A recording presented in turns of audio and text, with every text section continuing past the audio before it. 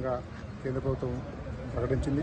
దానిలో ఉన్న సాక్ష్యాలు కూడా రోజు ఇప్పుడు చెప్తున్నటువంటి ఎవరైతే అధికారులు ఉన్నారో వాళ్ళందరూ కూడా ఉన్నటువంటి విషయాలు కాంగ్రెస్ పార్టీ అధికారం రాగానే వాటిని ధ్వంసం చేసి పడేయడం జరిగింది.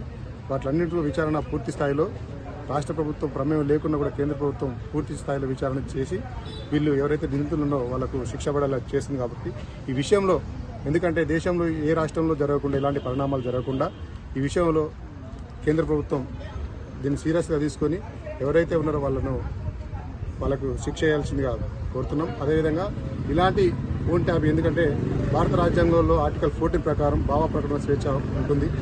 ఎవరైనా ఏదైనా వాళ్ళ స్వేచ్ఛ అనేది ఎవరితో మాట్లాడుకున్న వాళ్ళ వ్యక్తిగత స్వేచ్ఛను హరించే హక్కు ఎవరికి లేదు.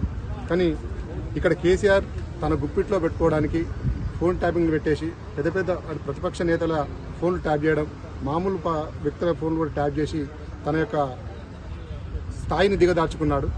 ఇది తెలంగాణ ప్రజలు ఎప్పటికీ ఒప్పుకోరు. ఎందుకంటే ఏదైనా రాజకీయాలలో గెలుపు ఓటలు కామన్ ఉంటాయి. కానీ నువ్వు ఒక వ్యక్తిని నేనే శాశ్వతంగా అధికారంలో ఉంటానే దురహంకారంతో ఈ కార్యక్రమాలు చేసినారు. ఈ కార్యక్రమాలు పునరావృతం కూడా దేశవ్యాప్తంగా కూడా దీన్ని ఒక కఠినమైన చట్టం తీసుకొచ్చి ఇలాంటి పునరావృతం కాకుండా చేయాలనుకుంటున్నాను.